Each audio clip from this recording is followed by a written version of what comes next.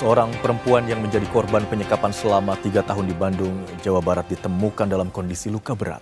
Pelaku yang disebut-sebut merupakan kekasih korban kini masih dalam pengejaran polisi. Lalu mengapa pelaku tega menyekap dan menganiaya korban? Kita akan membahasnya bersama kriminolog Hanifah Hasna. Selamat siang Mbak Hanifah. Selamat siang Mas Imron. Mbak Hanifah, kita ketahui bahwa memang saat ini pelaku masih buron begitu ya, masih dalam pengejaran polisi. Namun dari analisa Anda, bagaimana Anda melihat tindakan pelaku yang tega menyekap dan menganiaya korban selama 3 tahun? Terlebih korban merupakan kekasih pelaku. Baik, dalam perspektif kriminologi ini kita lihat sebagai dugaannya ya sebagai coercive control atau dominasi terhadap pasangan. Nah ini seringkali terjadi dan kita melihat tanda-tandanya bahwa pelaku itu menyekap, terus menganiaya, kemudian membatasi akses terhadap keluarga atau teman-temannya. Kondisi-kondisi ini yang sering digunakan oleh pelaku untuk semakin bebas melakukan kekerasan terhadap korban.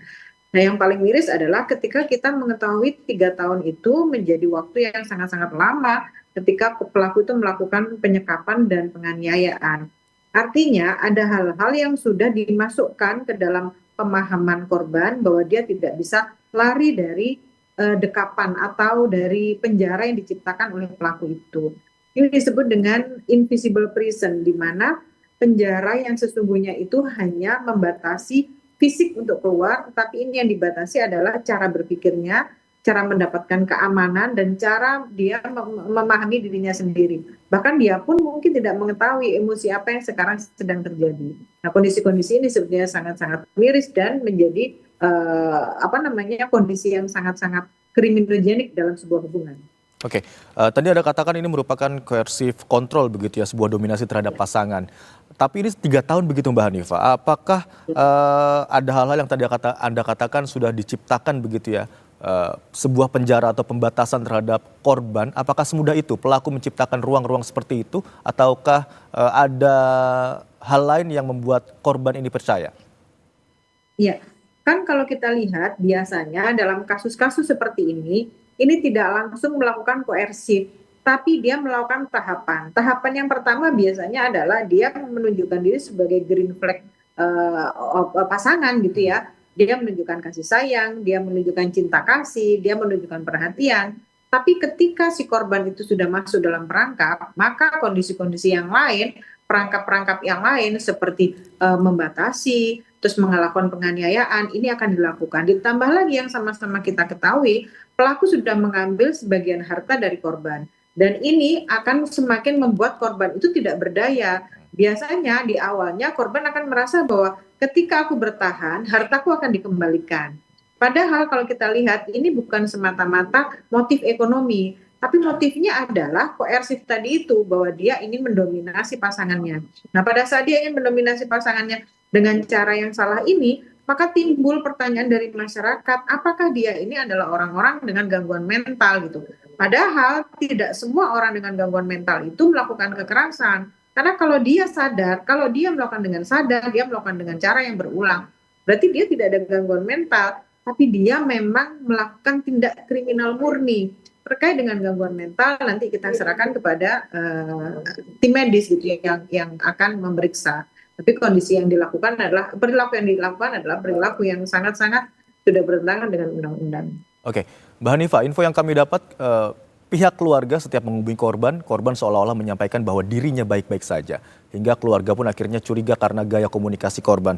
Tadi Anda katakan soal perangkap yang diciptakan oleh pelaku begitu ya. Apakah situasi atau kondisi yang dilakukan korban ini dengan menutupi kondisinya dan menyatakan baik-baik saja sudah termasuk dalam kondisi pada saat korban masuk dalam perangkap oleh pelaku?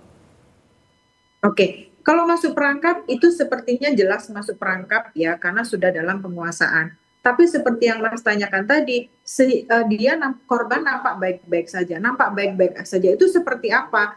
Apakah secara teks gitu? Kalau secara teks kan kita tidak tahu siapa yang membalas WA. Karena dalam beberapa pengakuan dari keterangan dari keluarga, ternyata yang membalas itu bukan korban sendiri, tetapi justru pelaku. Nah, sebetulnya yang perlu kita perhatikan bukan dia nampak baik-baik saja, tapi apakah korban atau siapapun yang menjadi korban ketika berkomunikasi menunjukkan rasa aman, rasa nyaman, bebas mengungkapkan pendapat, bebas mengungkapkan emosi. Nah, kondisi-kondisi inilah yang sebetulnya menjadi early warning gitu ya terhadap keluarga, apakah anggota keluarganya yang hilang atau jauh dari keluarga inti ini dalam kondisi baik-baik saja. Jadi tandanya bukan nampak baik-baik saja, tapi apakah dia mempunyai kebebasan dalam berkomunikasi. Begitu Mas Umar. Oke, kita bicara fokus kepada pelaku begitu ya Mbak Hanifah. Ya. Motif atau modus yang dilakukan pelaku ini sebenarnya awalnya karena asmara, kemudian ada kesempatan lalu berpindah ke motif ekonomi atau seperti apa Mbak Hanifah? Oke, kalau kita melihat motifnya sampai saat ini secara kriminologis dia menunjukkan dominasi tadi itu gitu ya. Nah, pada saat dia mendominasi dan kemudian dia melakukan penyiksaan, berarti kan ada kondisi-kondisi yang dia nikmati. Beberapa pertanyaan dari masyarakat juga menyatakan kenapa dia tidak menghilangkan nyawanya saja daripada dia melakukan penyiksaan gitu. Padahal orang-orang dengan keinginan mendominasi itu, dia menikmati bahwa tawanannya itu harus merasa tidak nyaman, tawanannya itu tidak berdaya, tapi tetap diberi makan, tetap diobatin ketika ada luka-luka. Kondisi-kondisi ini sebetulnya dicari oleh pelaku. Jadi dia tidak sama sekali dia tidak menginginkan korbannya ini hilang gitu ya. Makanya ada beberapa kondisi di mana nampak direncanakan ketika pelaku melumpuhkan matanya atau membutakan matanya. Dimana kalau korban buta matanya tidak bisa melihat, dia tidak akan bisa kabur dari tempat itu. Kemudian kakinya, kemudian bagian badan yang lain. Berarti ini kan kondisi-kondisi sadar yang dilakukan oleh pelaku agar korban itu benar-benar tidak berdaya dan dia menikmati ketidakberdayaan korban. Oke, Anda katakan dari apa yang terjadi, Anda katakan pelaku menikmati ketidakberdayaan korban. Apakah ada pola-pola kehidupan yang berbeda atau katakanlah menyimpang begitu yang dialami oleh pelaku? Ya, kalau apakah menyimpang atau tidak, sebetulnya secara kriminologis dia sudah jelas melakukan tindak kriminal. Tapi terkait dengan pola-pola kehidupan dia dengan masyarakat yang lain, itu yang perlu kita dapatkan dari penyidikan. Bagaimana sebelumnya pengasuhan yang dia terima dari orang tuanya, bagaimana lingkungannya melihat dia, atau bagaimana cara dia menyelesaikan segala macam permasalahan.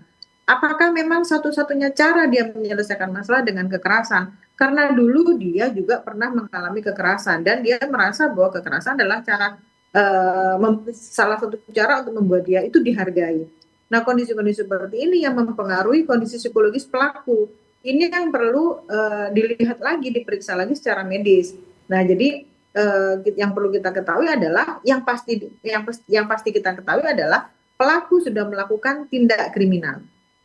Oke, Mbak Hanifah, bagi para perempuan khususnya yang menonton perbincangan kita saat ini, apa yang harus dilakukan untuk menghindari kejadian serupa atau mungkin sudah berada dalam kondisi seperti itu dan apa yang harus dilakukan? Oke, alangkah baiknya kita mengetahui ya, pasangan kita dalam hubungan-hubungan romantis itu kita harus paham betul. Green flag itu adalah cinta yang mengembangkan, membuat kita menjadi nyaman, membuat kita menjadi merasa dilindungi. Tapi kalau kita sudah merasa ketakutan, ada abuse di situ gitu ya, baik kekerasan verbal maupun kekerasan fisik, berarti harus segera lari dalam hubungan tersebut.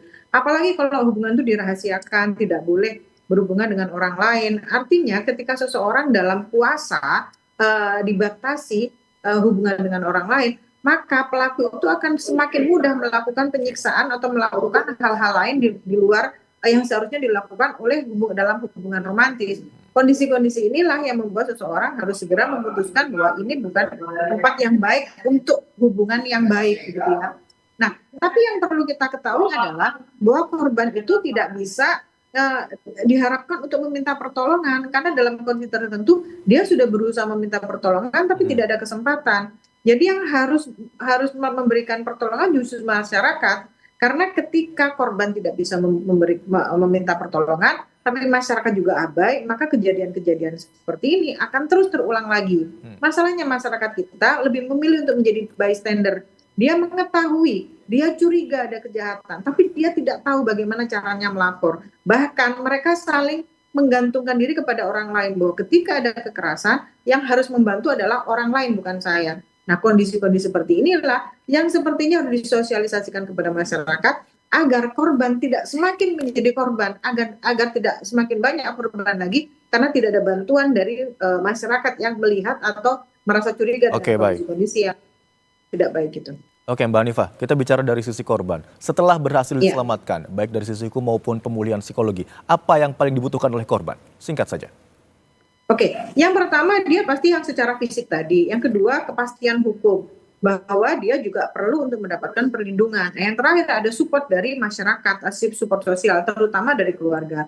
Ini yang dibutuhkan. Kalau tidak, berarti dia akan menjadi semakin terpuruk. Apalagi masyarakat kita sering lebih menyalahkan korban. Kenapa 3 tahun diam saja gitu ya? Padahal tidak mungkin dia tidak ingin selamat. Dia mungkin ingin selamat, tapi tidak ada yang mempercayai dia dan dia memang tidak ada akses untuk menyelamatkan diri. Jadi 3 hal tadi itu yang Oke. harus diberikan bantuan kepada korban. Oke, Mbak Hanifah Hasna, tentu saja kita berharap agar pelaku cepat tertangkap dan kasus ini bisa segera terselesaikan. Kriminolog Hanifah Hasna, terima kasih atas perspektif yang telah Anda bagikan di program Kompas siang hari ini. Salam sehat, Mbak Hanifah.